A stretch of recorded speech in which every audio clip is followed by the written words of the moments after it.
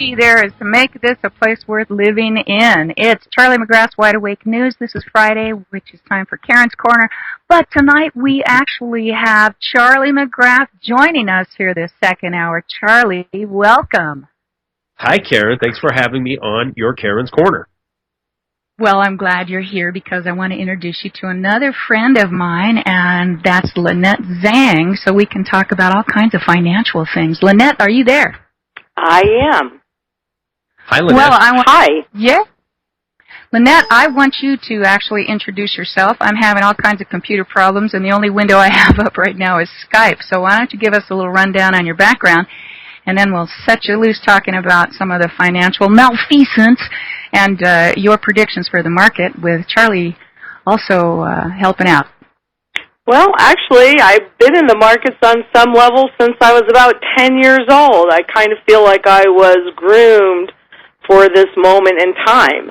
My uncle was a major dealer in gold and antiques, and I kind of got interested in it at that point. But my dad was a real estate developer, so I started in banking when I was about 15. I liked banking, so I got my degree in business finance and stayed in banking until 1986.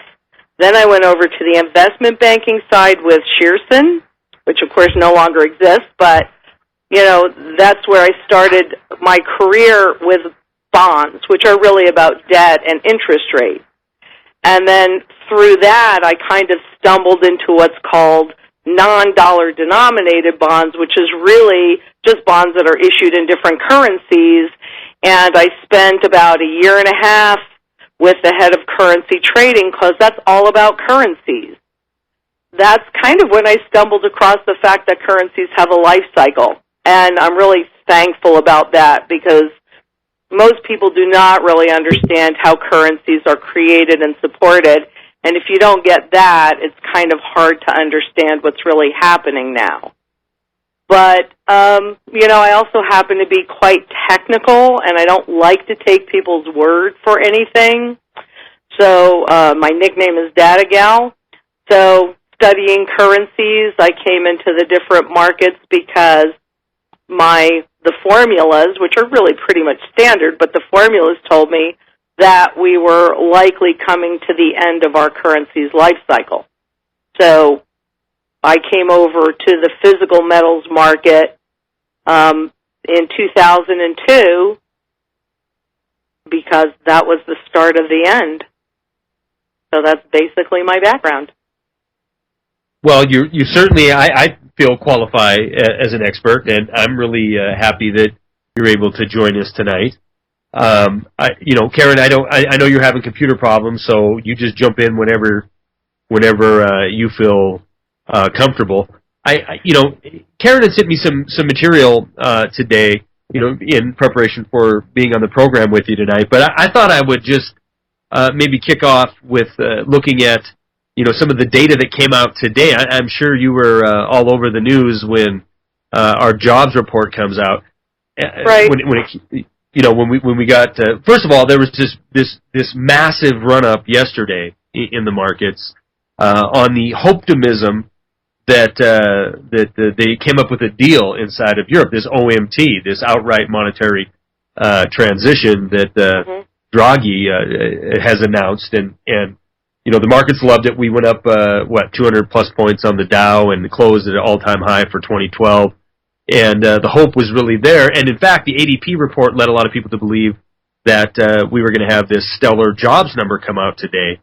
But, let me get your take on it, because not only was it not a stellar jobs report, it was really horrendous, wasn't it? Well, it was horrendous. And, actually I think so much of this is about focusing your attention away from the fact. I did have a chance to listen to what you were talking about with Draghi, and, you really were spot on. The data that Karen sent to you today is something that I've been watching for a while because it really kind of falls into everything that we're talking about. Part of the reason why the jobs report is coming out so poorly is because we have no monetary velocity movement. Let me kind of back up to explain and give it just like put it at a certain level.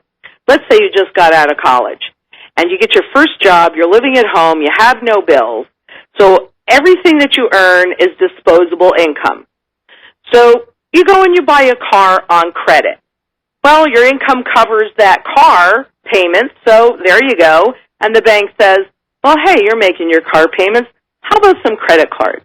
You go, well, I'd like some credit cards, so maybe you go out for dinner, maybe you buy some clothes, and you're making your payments, so the bank says, how about a house? Well, now you've taken on a lot of debt. You spent the dollars that you're making tomorrow today. But people looking at you go, wow, look at how she's expanded her economy. Nice house, fancy car, great clothes. But then all of a sudden, you can't make the payments to cover all the interest on the debt. So you start compounding your interest. And then before you know it, all of the additional debt does not stimulate your economy. And basically, that's what's happened on a governmental level. Currencies are created from debt, fractional reserve, and that's what the government bonds are about, but they're supported by full faith and credit. So as long as you trust the governments to repay you, then you'll extend them credit, you'll loan them more money. But they've taken on so much debt, more debt does not stimulate the economy. Hence, we're not growing jobs. What a shocker. Well, yeah, maybe I'm a little more conspiratorial than you, but I have a tendency to stay away from that. But yeah. Well, look at. I mean, I'm not going to go off of years on the street or any experience other than my own two eyes and listening to the stated goal of people like Jean-Claude Trichet that is a proponent, and even Timothy Geithner, our Treasury Secretary. Who talked about the need for a global currency or perhaps abandoning the dollar. So I don't know if that's conspiratorial, taking these people at their own word, but since 2008 when this all launched, right, and we were going to rescue the economy and we were going to do everything right and make the bankers pay and we're going to go ahead and bail them out because they're just too big to fail, and we look at on the eve of the next presidential election, we're looking at a nation that's economy, is eviscerated too strong of a word because I don't think it is. I think it's more global than that. I mean, I do too. Like you indicated, this is a global issue. No, I agree with that 100%. But I have made a lot of points. I tried to make the point in a lot of commentary pieces that it happened here first, and there's this red team notion that we're the freest nation in the world, and they're socialist in Europe. But I believe just the opposite is true. We have completely given up free market capitalism in the United States of America. It doesn't exist. Oh, absolutely. And we did that a long time before 2008. Right, and I understand that. We can go back. We can go back to the Civil War. We can go to 1913. But for a reference, just going back to this current crisis that we're in, this current announced crisis, that 2007, 2008 to this point in time, and the reason I say that is because we've had more raising of the debt ceiling in this amount of time, in this short amount of time that we've had in previous with previous Congresses and with previous generation. But you know what? I'll pick that thought up. We're going to take our first break of the second hour, and we're going to be back with Lynette and Karen. Maybe she's in the weeds there in the background. She'll probably jump in too. Hang tight, guys. Hang tight. We'll be back in 3.5 minutes. Start getting into some of this Bernanke business that's going on. This Bernanke monkey business. Yes, the a-hole out of the j-hole.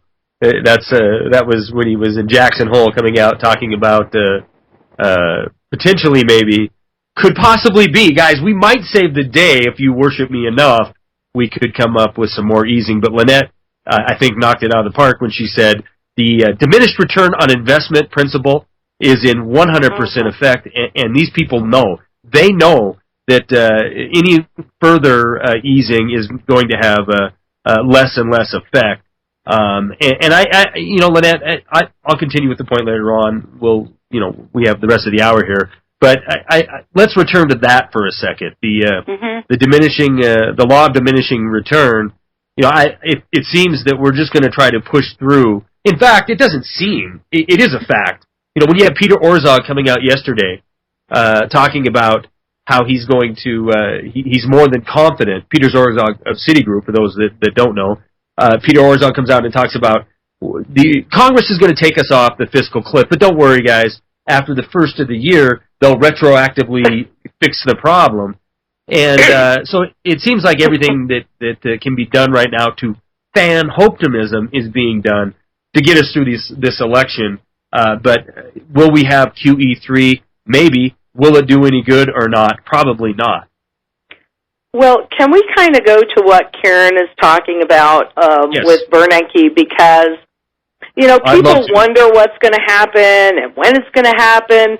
But back in 2002, Bernanke wrote his seminal speech on how to fight deflation. And this is something that I've read over the years. But a while ago, I reread it, and as I was reading it, what occurred to me, what a light bulb went off, was that actually what he had laid out was an outline. And there were 17 parts in that outline. And the entire world was actually executing that outline. What Draghi did yesterday was number 16 in that outline. So they've done 15 out of the 17 things that he listed are already in play. I mean, they really all boil down to more debt, currency devaluation, and more slavery. But the fact of the matter is that he told us back in 2002 what he would do, and he's actually doing it. So number 16, right now, the quantitative easing, and I'm just going to kind of back up to move forward, but governments spend money they do not have. Pardon? It's almost like we're dancing. We're backing up to go forward. True. Well, this is a dance, really. It is a dance, isn't it? It is, and it's just, especially, really read that speech. Everybody just go ahead and Google Bernanke's 2002 speech on how to fight deflation and read it over and over and over again, because he tells you what he's going to do, and he's driving this bus. But governments want to spend money they do not have and they know is not coming in, deficit spending. So they create a whole bunch of bonds, but not enough entities show up to buy these bonds, so we buy them back ourselves, quantitative easing. Now, the interesting part about this whole piece is that with the quantitative easing that they've done so far, there is a start date, there is an end date, and there is an amount. I will grant you, when they get to the end date, the markets are so addicted to this new money that we have to roll it over and continue it, but at least so far, there's a start, there's a finish, and there's an amount. Number 16 is open-ended and unlimited. So there is a start date, but there is no end date, and there are no limitations to the amount of debt that will be created. The markets love it because once money's created, it has to go someplace. Stocks, bonds, cash, or tangible. Most of it going to bonds and stocks. In this country, they started talking about this because I recorded all of it, but I started hearing them talk about this maybe about 3-4 weeks ago. So this is what you need to listen to for this country and number 16. And it's called, they're going to target nominal GDP. Now, they're talking about it pretty much daily. I'm hearing somebody talk about what a good thing this is. But what they're really talking about is consumers are 70% of the GDP. So if you go to the grocery store right now and you're spending $1 for a banana, if they're going to target 4.5% GDP growth, if they have to make you spend $20 on that banana, so be it. So we're talking about a lot more inflation, a lot faster. Targeting nominal GDP is open-ended and unlimited. We're going to hit that 4.5% GDP growth, but the GDP growth comes through inflation. They don't care how they get it. It's not the economy growing. It's the inflation growing. And he says it over and over and over again in his that whole speech. And listen to him even today. We have not hit our inflation target. We must devalue the currencies. This is a good thing. Well, I'm fascinated by your take on this speech. It's a 2002 speech. I've got it pulled up right now. I'm going to drop it in the chat room, and we're going to come back, and you can break it down even more for us, because I think you're right on the money with this. Guys, we'll be back in 3.5 minutes. Hang tight. September 7th, it's Karen's Korner. Actually, this is my last broadcast. I won't be back next week. I'm off getting a birthday buzz. What? And Rosalind Peterson. Rosalind Peterson will be taking my place. But it ain't your last... Wait a minute. Only for this, just for a little bit. It's not your last broadcast. It's next Friday you're off. You'll be back the Friday after that, right? This is my last broadcast of being 59. How's that? Next time I come back, I'm in the big 60s, officially into my little old ladyhood. I don't think so. Just keep you at 59. Well, anyway, Rosa will be here next week. But tonight we've got my buddy Lynette Zhang from ITMtrading.com, Charlie McGrath, and Lynette is talking about that bozo Bernanke. Yeah, and Lynette, I'm reading... Karen sent me an email with the points, numbers 16 and 17, and I was reading it. But I wanted to ask you, because I went and looked up that speech. Is this... these are points you pulled out of it, or are they numbered like this? Okay, good. No, I numbered them because, of course, he's not going to make it that easy. I mean, the double speak. But basically what I did was I read it again and again, used a highlighter, and then I pulled everything out and just that, and I numbered them. Okay, question. Where can I get the complete list, or is that available? Well, if you read his speech... No, from you. You've done all the way I sent it to Karen. Okay. Yeah, you should have it, Charlie. Okay, because I might like to format that in some kind of article and post it on the site with your analysis, if that's all right. Perhaps. Or not. Perhaps.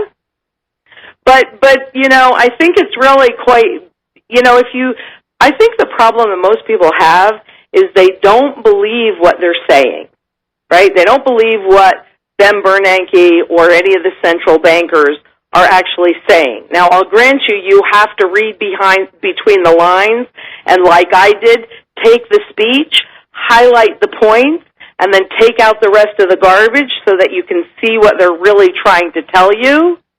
But they have to say it in a way so that if it ever comes back on them, I mean, who can say, I told ya. I told ya. Right. He can say that. But, this, I know that you're looking in the current crisis, but this crisis has been in the making for a very long time. Okay, don't go back to 1913, but go back to 2005, because that was really when it was the beginning of the end, because in May of 2005, Russia announced that they would no longer value any of their assets in terms of dollars.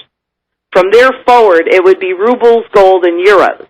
So when Russia did that, even though we still have the title of the world reserve currency, we really lost that status. And since that time, you've had, a lot of countries that have created quote-unquote bilateral trade agreements bypassing the use of the dollar. So that's really what's forced the quantitative easing. I mean, we started doing quantitative easing in the very end of 2002, beginning of 2003. But it was little bits. But after Russia made that move, everything started to escalate. The SDR over at the currency by the IMF began to evolve not just as a reserve asset that had no purpose other than to keep the reserves looking full, kind of like ice cubes in a glass of water, but Right. they converted it into a convertible currency. And then they gave everybody 2,000% more than they had. And so this move, never let a good crisis go to waste. I would say that was really more about what 2008 was about. Go ahead and utilize that crisis, of course. But of course, I mean, we could go back to 9/11, even 2001. Oh, absolutely. And see this Federal Reserve's almost zero interest rate policy, and creating these bubbles and then popping them. No, and, these people they're not stupid at all. They knew exactly what was going to happen and what this was going to create. 2005, we knew, we in the housing industry anyway, knew that this was not sustainable. You can't have 20, 30, 50% increase in the value of property inside of 2 quarters and expect this to continue on. But the bubble kept going, and then it popped, and then you're right. Let the crisis of 2008, which was in one way it was a housing implosion, but it was so much bigger than that, and it was used. Go ahead. And think about this. Think about this for a moment, okay? The population, first of all, they lifted Glass-Steagall and they allowed the depository banks and the investment banks to commingle.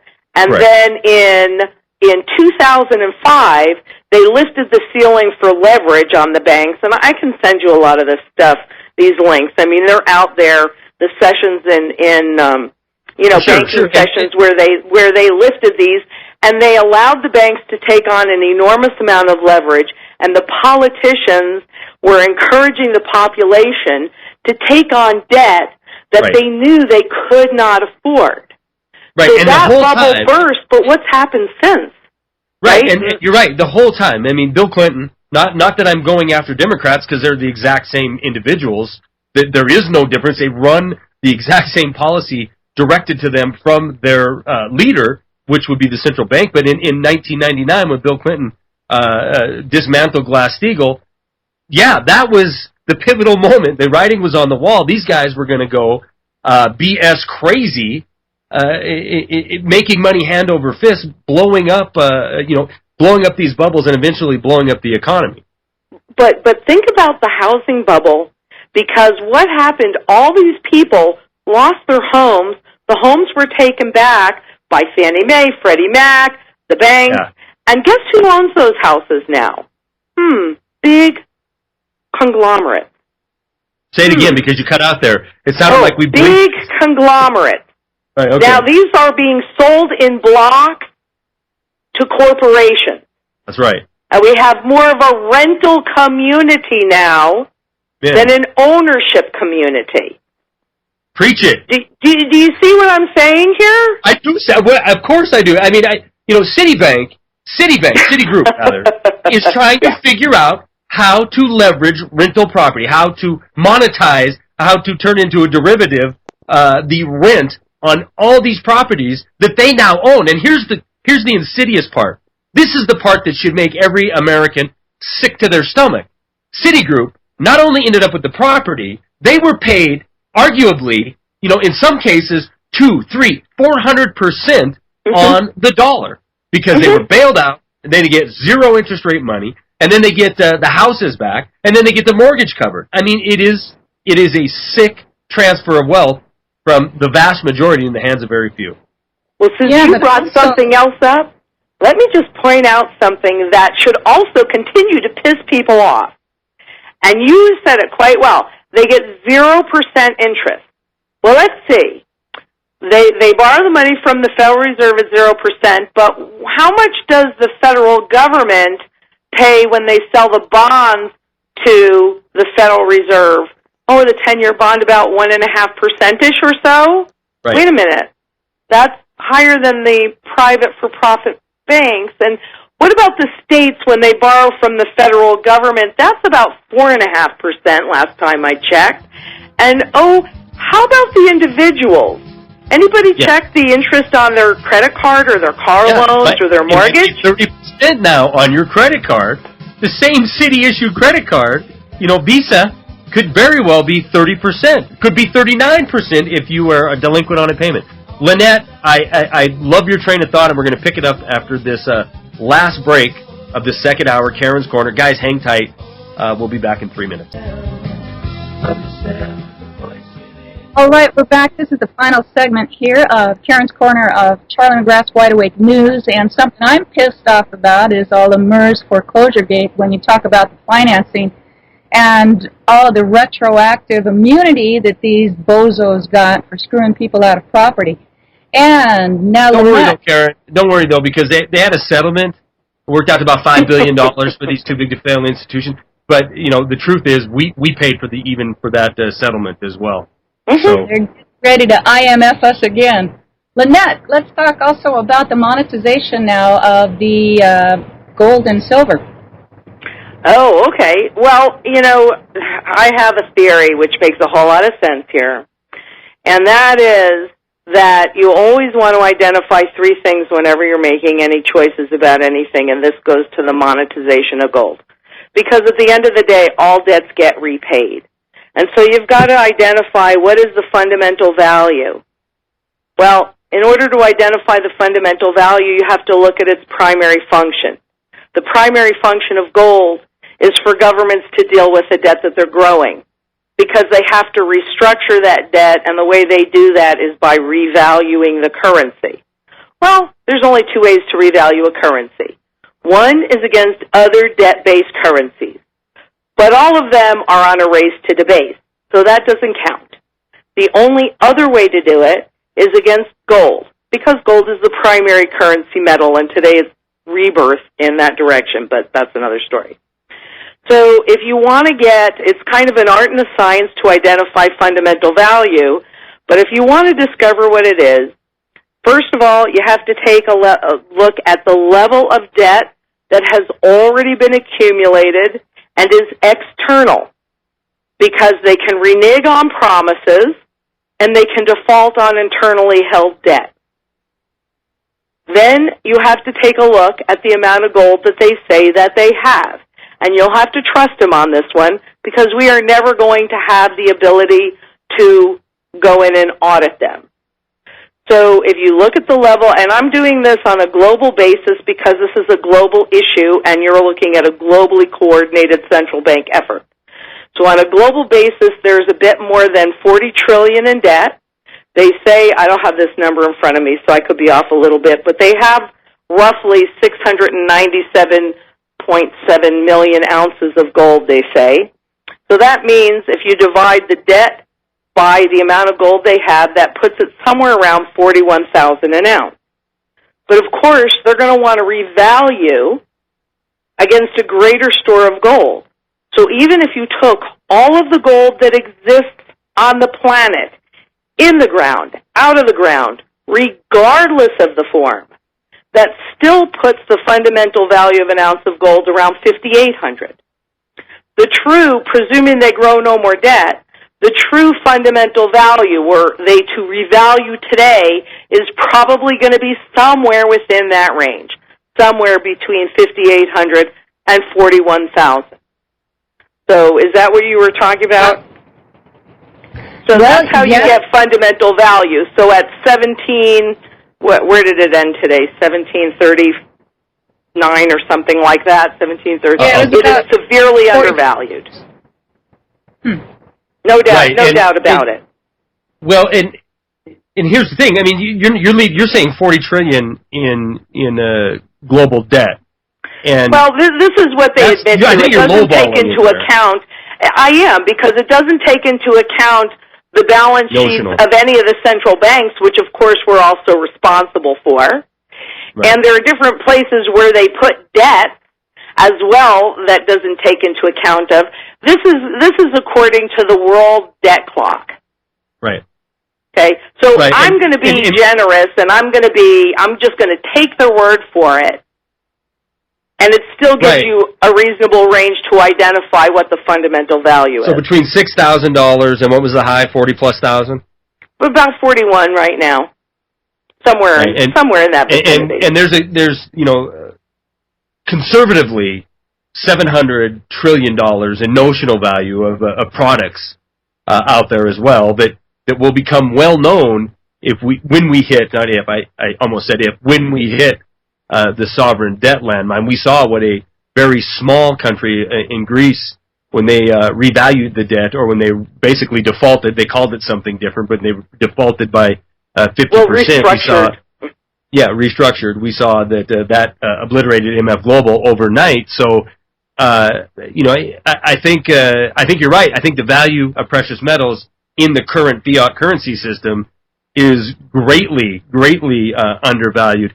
And we have about 6 minutes left, and I want to pick your brain on something, because I think everybody has noticed, at least in this genre, everybody has noticed that central banks are amassing gold. Governments are amassing gold.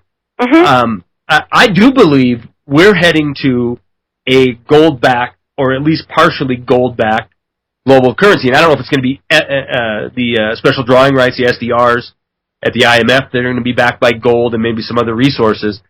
But is that a good thing in your estimation? Oh, is that a good thing? Yeah. Well, I mean, ultimately, yes, because if you're forced to work for and use as a tool of barter a currency, it should have a stable store of value so that you can, save. But do I think, first of all, everybody's going to have to quote unquote restructure the debt before we can do that. So they still have to do number 17 on Bernanke's hit list. And even though he doesn't say it like this is what he says. You got to confiscate the gold, you got to revalue the currency against the gold, and then you have to create massive inflation. That's what he says, although he says it like, I think it's, and I don't have it in front of me, but I'll be pretty close, that a currency revaluation of 40% against the gold, enforced by a gold buying program, coupled with high inflation on necessities, pulled us out of the Depression quite well. And in fact, 1934 was the best year of the century for the stock market. Yeah, you're making me barf. That's exactly what he's the one that's driving the bus. I'm not driving the bus. It's not my choice. Yeah, you're just interpreting the driving. We need to throw him under the bus. Well, here's the thing. There's a real strong look. I know that you work for a gold dealer, and we have gold representatives come on here quite often. And even some of them agree with the notion that, look, if all these bankers are positioning themselves, and I'm using bankers in a term that is, these central banks that are controlling policy of the so-called free world, if they're pushing towards a gold standard, that doesn't necessarily mean all the people who are Ron Paul supporters and want a gold-backed currency, that doesn't necessarily mean that it's going to come out on your favor. Because if we don't, we can have I don't care what you back it with, chestnuts, a chestnut-backed security, or backed currency. But if we don't have a constitutional currency, where it's, Congress determines the value of that currency and issues the money not at debt, then it doesn't matter if it's in gold or wampum or whatever, the people are going to eventually end up feeling the effects of a bunch of greedy bankers. Well, I would absolutely agree with that. But I will also say this, and that is that I always think that you should do what the smartest people in the area are doing for themselves. So the central bankers, who knows currencies better?